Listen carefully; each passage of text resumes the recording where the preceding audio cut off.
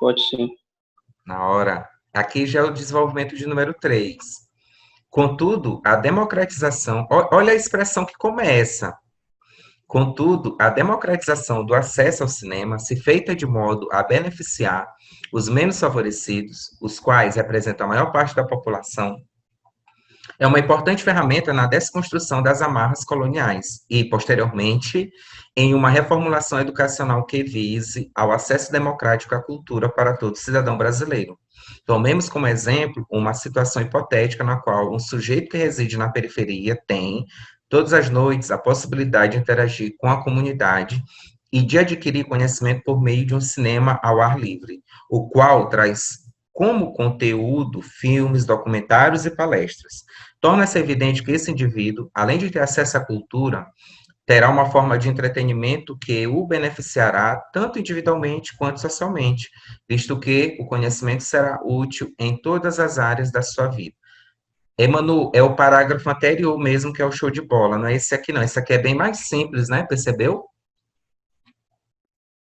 Eu fiquei procurando assim onde estava Não, qual era realmente a é o parte que estava. anterior.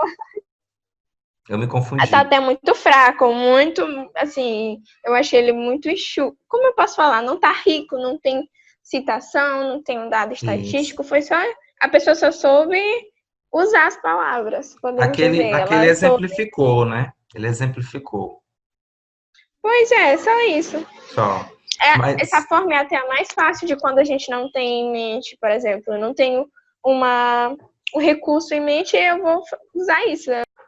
sim, o repertório, quando não tem, aí parte para a exemplificação, né?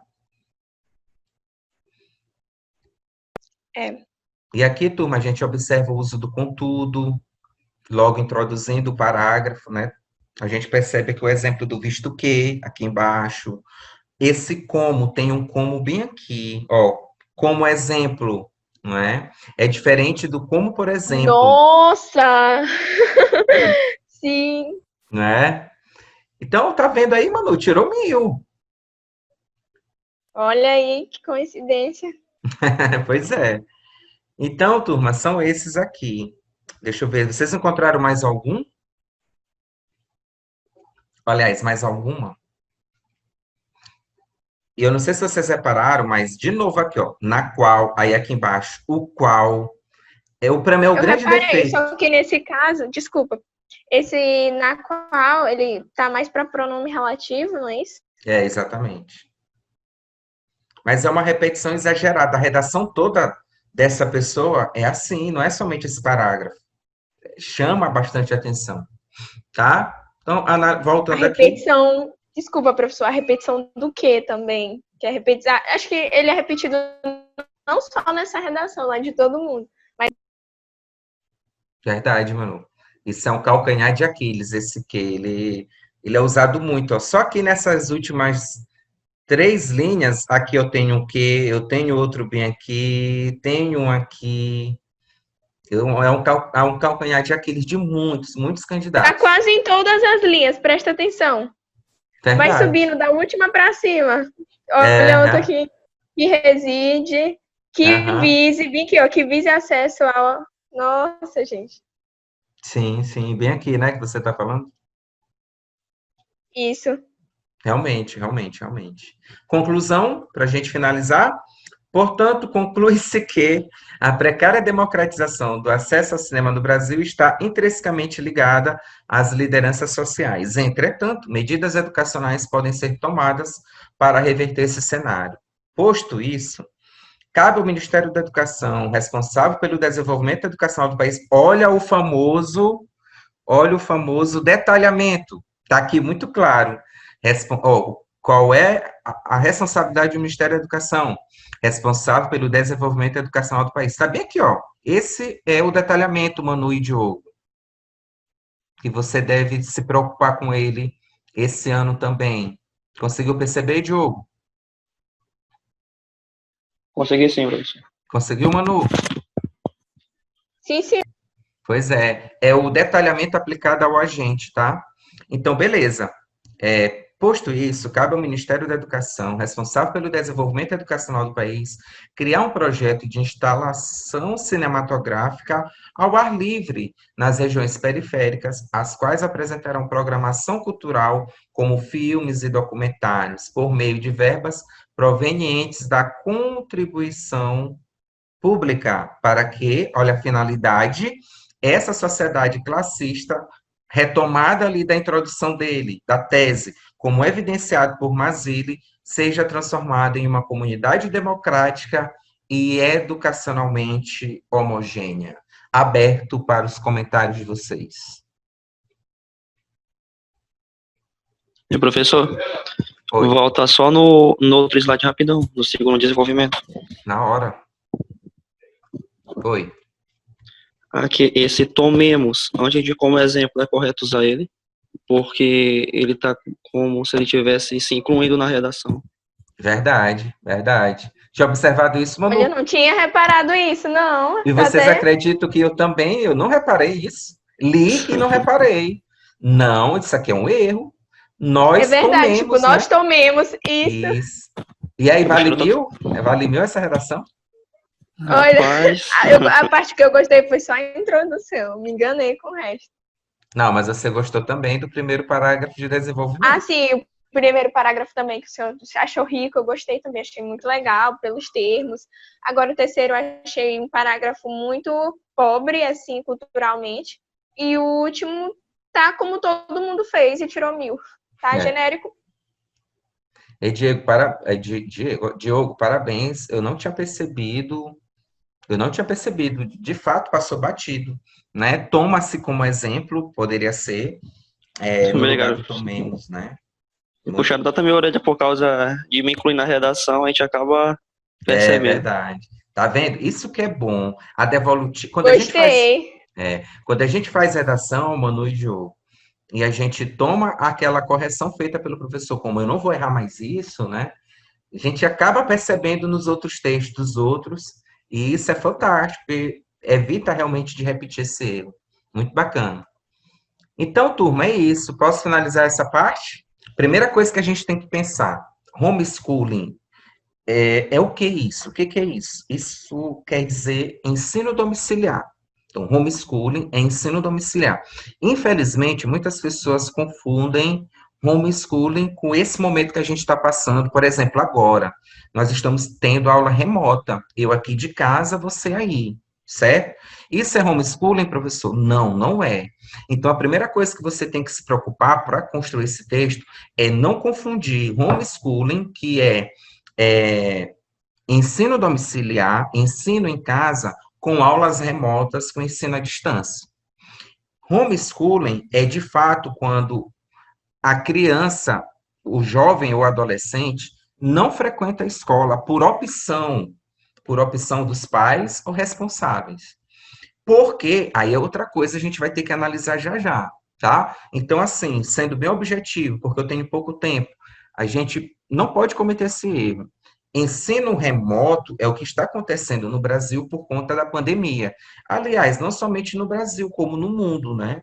Se bem que as aulas começam a retornar a partir da próxima semana em cursos pré-vestibulares.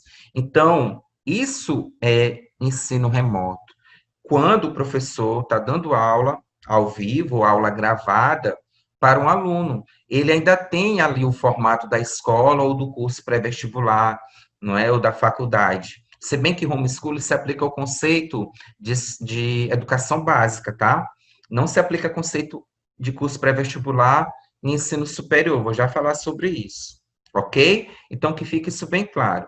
Existe uma polêmica, por isso que o tema da redação é a polêmica em torno do homeschooling no Brasil, perspectivas e desafios.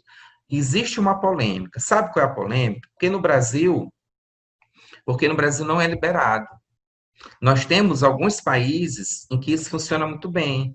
O nosso vizinho Paraguai, o homeschooling é garantido por lei e o pai não é obrigado a matricular o filho numa instituição de ensino básico, tá?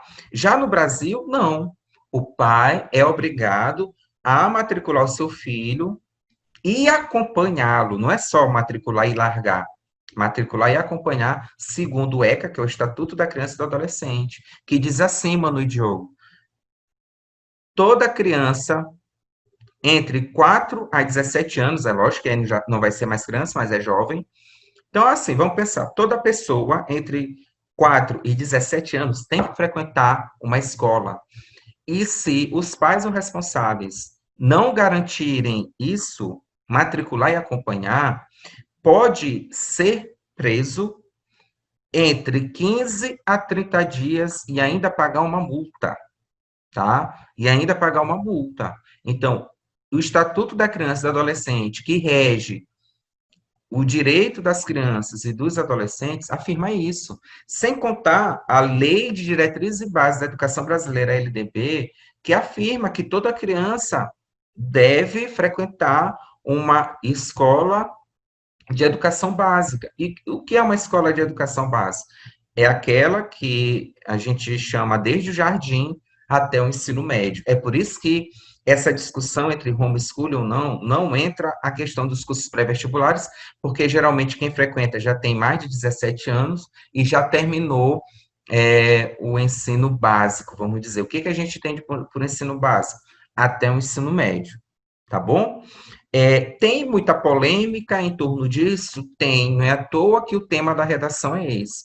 Por quê? Volto a dizer, porque isso não é liberado, não é garantido por lei. Apesar de, como diz bem aqui a tua proposta de redação, o Brasil possui aproximadamente 3 mil famílias nesse modelo de ensino. Aí Manu poderia perguntar daí, Diogo poderia perguntar daí para mim. Nossa, mas se isso não está garantido por lei, não está estabelecido por lei, como que nós temos 3 famílias dentro desse modelo de ensino? Porque elas foram buscar na justiça, mediante ações, utilização de advogados e recursos, a liberação institucional para fazerem isso, tá? Mas não é que está liberado para todos, não está. E aí a lei o juiz vai estudar o porquê daquilo, se a família tem condições de ofertar, não é? Tem toda uma burocracia, tem toda uma documentação para que possa ser preenchida e para que haja essa liberação. Até aqui tudo bem? Homeschooling? Sim, professor, inclusive, eu tenho. Pode falar, Manu. Eu conheço, por exemplo, a filha do irmão de uma professora minha, que ela foi educada em casa, no quesito do primário. Ela não frequentou, tipo, não tem esses jardins? Ela não frequentou, ela foi educada em casa. Por mais incrível que pareça, ela tem o QI dela, o intelecto, é bem maior que o dos outros que frequentaram. Então, tem um ponto positivo nesse quesito. Ou então, para ela, funcionou, né? Pois é, eu já ia te emendar essa pergunta. Se para ti esse super QI foi em decorrência exclusivamente desse período de aprendizagem domiciliar? Eu não sei lhe responder, né? Porque eu não conheço ela. Mas ela era filha de uma, por exemplo, o pai dela era um economista, fazia direito, a mãe falava inglês com ela, ainda tinha tia professora de letras. Então ela tinha, sabe? Entendi. Talvez aí esteja a explicação, não é? Sim. Sim, sim. Eu vou pegar esse gancho da Manu para a gente continuar nosso bate-papo. O homeschooling, quando ele é utilizado pela família, não quer dizer que será utilizado do começo até o terceiro ano do ensino médio.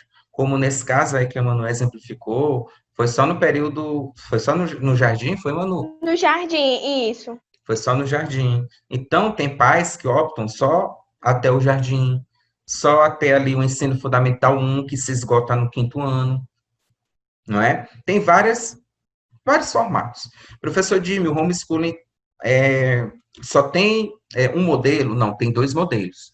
O modelo 1 é aquele em que o pai se responsabiliza por fazer essa educação. O modelo 2 é aquele em que há contratação de um professor ou de um grupo de professores para fazer essa educação em casa, para levar esse conteúdo até em casa, para aplicar as atividades, enfim. Mas o fato é que o homeschooling ele é feito dentro da casa da pessoa. Beleza.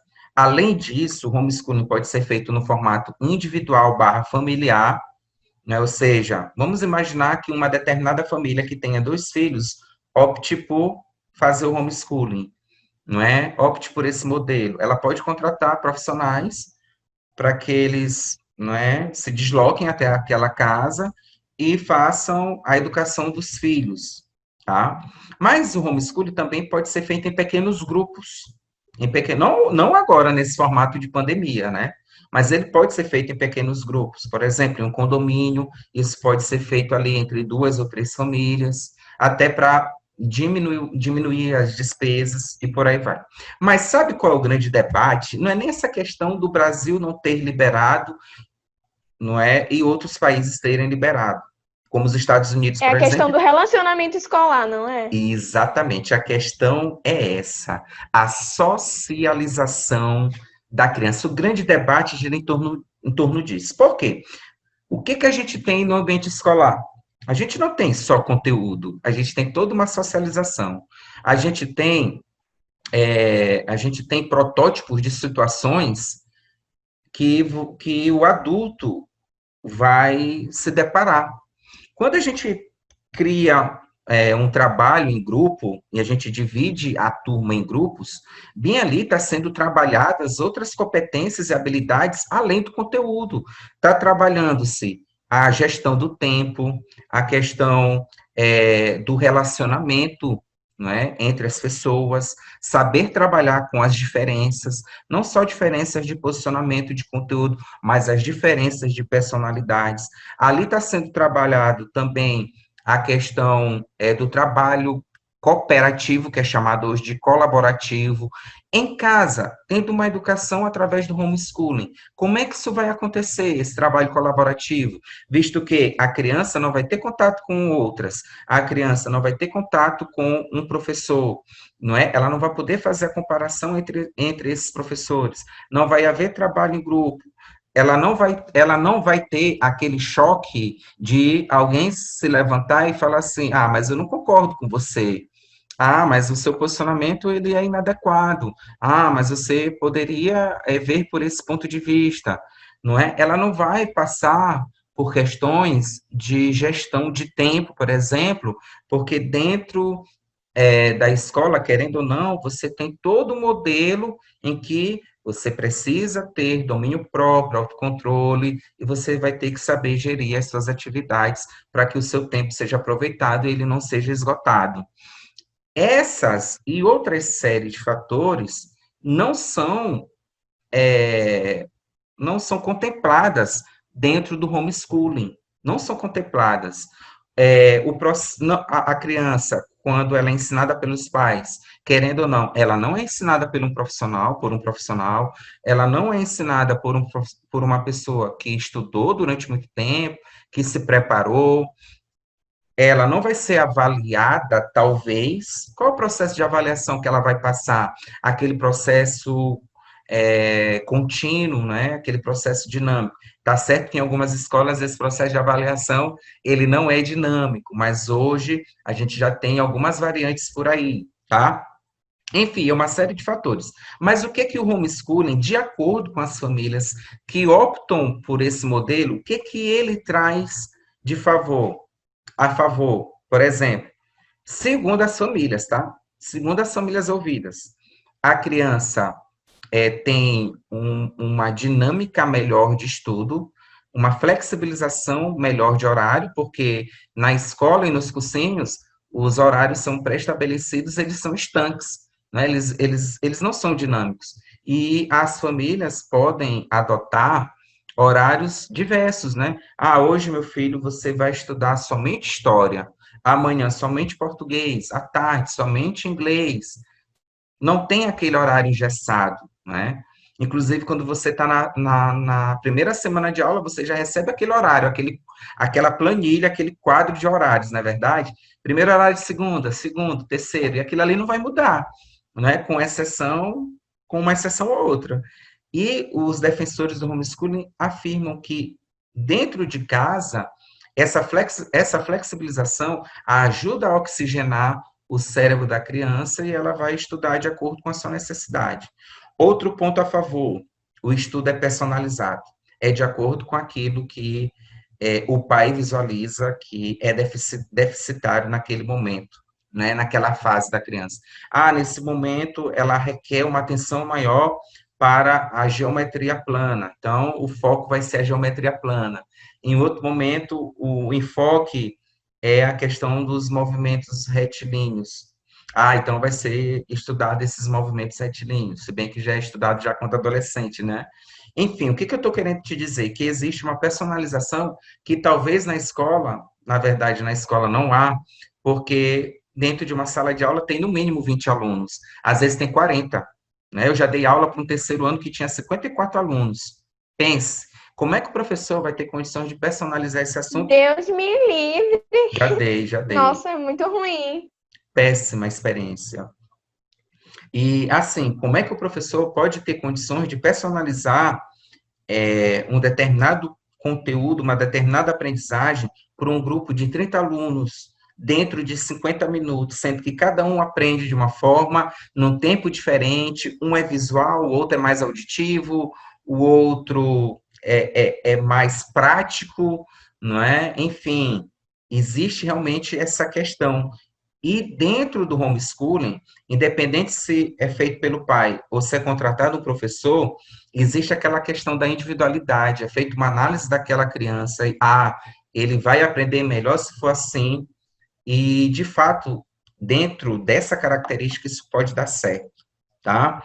Outra questão é que as famílias podem aproveitar todo e qualquer momento para introduzir um conteúdo novo, para reforçar um conteúdo já trabalhado. Por exemplo, eu vi um vídeo muito bacana em que a pessoa traz o exemplo de uma família indo ao shopping, não é? E estão dentro do carro e de repente toca uma música clássica. E a criança pergunta: olha, que música diferente, quem é o cantor? Não é? Ou quem é o músico? Aí o pai vai dizer, por exemplo, é o Beethoven. Beethoven, mas quem foi Beethoven? E o pai pode aproveitar aquele momento, não é, de lazer, de descontração, para trabalhar um conteúdo que pode ser até multidisciplinar. Pegar essa pergunta da criança e transformar num ensinamento artístico, histórico, social, não é? Os defensores do homeschooling afirmam isso. Além de questões que são extremamente, como é que eu poderia dizer, bem particulares.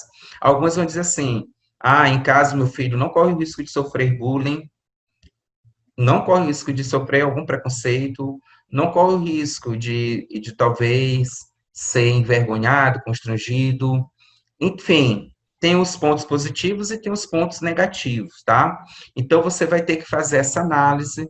O desafio porque aqui fala não somente de perspectivas, né?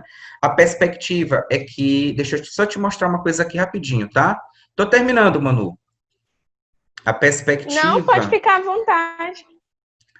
A perspectiva é que um projeto de lei seja aprovado, né? Por exemplo, tá bem aqui, eu vou compartilhar esse link com vocês. O projeto de lei 2401 de 2019, não é? O homeschooling já passou várias vezes por votação e já foi negado, já foi reprovado, mas a perspectiva é que isso, daqui a algum tempo, seja validado, não é?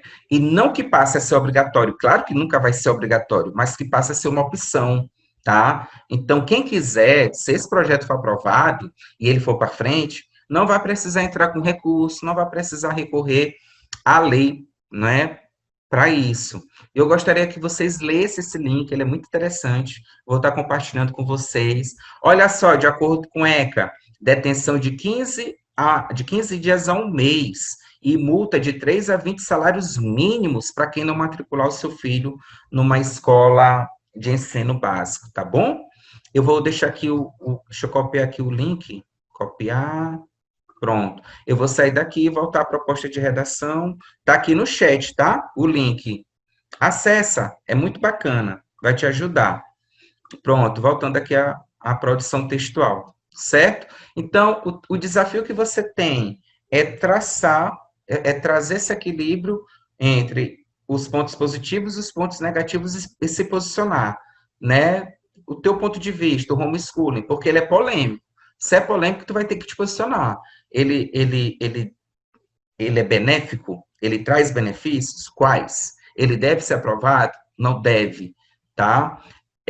A partir do momento que ele é aprovado, quem vai reger isso? Como é que vai ser esse processo avaliativo? Lembra do artigo 205 da Constituição? O que que ele fala? É o artigo que nos orienta em relação à educação. A educação, direito de todos e dever do Estado e da família, será promovida e incentivada com a colaboração da sociedade, visando ao pleno desenvolvimento da pessoa. Ela é tripartite, não é? Ela tem um tripé. A educação tem que garantir três coisas. Primeiro, pleno desenvolvimento da pessoa.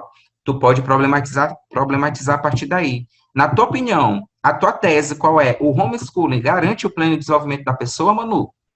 Deixa eu ver como é que tu tá em relação a isso. Não garante o pleno, a não ser que seja de uma família altamente bem financeiramente, que consiga uma equipe de nutricionista, psicólogo, e que essa criança, ela tenha relacionamento pelo menos no condomínio dela, né? Pois é, porque os defensores do homeschooling vão dizer assim, ei, mas não é somente na escola que existe essa socialização. Ela pode ser feita, como você falou, no condomínio, na igreja, nos cursos de inglês, por exemplo, em outras modalidades. Mas aí você pode, assim como o Diogo, problematizar dessa seguinte maneira, né?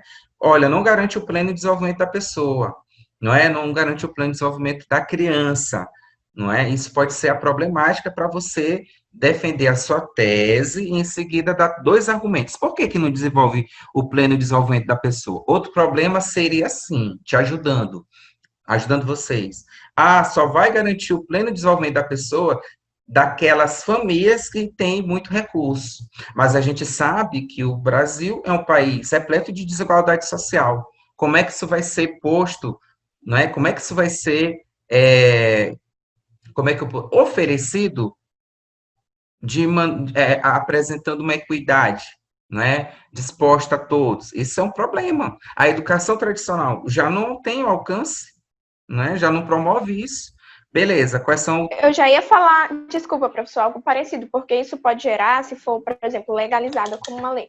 Ok, pode gerar um perigo também, porque já pensou, por exemplo, famílias que não vai ter, na lei não vai ter restrições, não vai ter assistente social para visitar as famílias, ver como é a estrutura. Uma família de baixa renda, ela não tem como levar o seu filho à escola, à educação primária. Ela pega e diz que adotou esse sistema. Mas, na verdade, isso não acontece. Quem vai regulamentar ainda vai ser uma lei cara, porque vai ter muito... Eu acho que ainda vai sair muito caro. Com certeza, sairá caro. Não é? Pensem também nesse processo de avaliação. Como é que essa criança vai ser avaliada? E a questão curricular, querendo ou não, ainda é necessário apresentarmos currículos, né? Como é que isso vai ser desenvolvido? Voltando aqui o tripé para a gente finalizar, pleno desenvolvimento da pessoa, seu preparo para a cidadania ou para o exercício dela e sua qualificação para o mercado de trabalho. A pergunta que eu vou deixar para ti é, o homeschooling tem condições de oferecer esse tripé que é estabelecido pela Constituição de 1988, promulgada em 1998, ele tem condição? Tua tese pode surgir a partir daí, tá? E se ele não tem condição, deve ser aprovado, não deve? É lógico que tu vai ter que utilizar, não é que vai ter como que utilizar, mas como sugestão, o ECA, a Constituição Federal, no seu artigo 205, a LDB, o Ministério da Educação, vai ter que falar sobre essas esferas, tá bom? Então, turma, já deu 5 horas e 3 minutos. Qualquer pergunta que você queira fazer, qualquer dúvida que surja, joga lá no grupo, tá? Eu vou te responder como se fosse aqui na aula, tudo bem? Alguma pergunta, Diogo, para a gente encerrar? Oh, meu Deus. Alguma pergunta, Diogo? Tenho não, professor. Obrigado. Vai, Manu, aproveita. Eita, meu Deus do céu. Diogo, tu deu oportunidade para me falar, agora já vai. Professor, outra coisa, a gente observa aqui pelo texto motivador, a pessoa que, por exemplo, a banca que escreveu, geralmente ela não quer a nossa opinião, nesse caso aí. Ela já dá um posicionamento que ela é contra. Então, tipo assim, pelos textos motivadores, ela não quer que a gente se posicione, pelo que eu vi. Ela quer que a gente apresente os nossos argumentos para que seja contra. Bela percepção. Inclusive, a banca é o professor Jimmy, né? Porque ele que escolheu esses textos. Pois é, a banca é o professor Jimmy. Exatamente. E assim, você foi muito sensível, porque é esse um papel de vocês, observar através da leitura dos textos motivadores o que a banca espera de ti. E aqui, claramente, ela de forma bem, como é que eu poderia dizer? Nas A banca que é o entrelinhas, né? professor Jimmy, né? Nas entrelinhas, ela espera de ti um determinado posicionamento, que eu não vou dizer qual é, não faço a mínima ideia, tá bom? Mas assim, gostei, Manu, porque você deve Que já fazer tá na isso. cara. Pois é, você deve fazer isso em todas as redações. Os textos motivadores servem para isso, para direcionar vocês no caminho a seguir. Viu, Diogo? Você também. Entendi, professor. Diogo ali já está saturado. Ele só está dizendo, entendi, professor. Cuida aí, professor. Não, tá Que eu tranquilo. tô Vamos logo, percebendo. professor. Tá percebendo, Manu? Pode continuar. Não, tu deu oportunidade pra falar, lá vai. Vai, Tenha Manu. sorte que não veio o William, porque se viesse ele, a gente ia até 6 horas. Que a gente Grande fala William, muito. né? O William tá fazendo falta, não é? Tá, ele que ficava dialogando, eu puxava e ele terminava. É verdade. Mais algum comentário? Pergunta? Não, senhor, professor, vai descansar. Posso liberar vocês? Pode sim. Obrigada. Eu que agradeço. Lembra, qualquer dúvida ou pergunta, comentário, lá no grupo, tá bom? Vou disponibilizar o material para vocês ainda hoje, ok? Sim, senhor. Ok, professor. Beleza, um forte abraço, bom final de semana para vocês e obrigado por me aturarem 3 tempos de Zoom.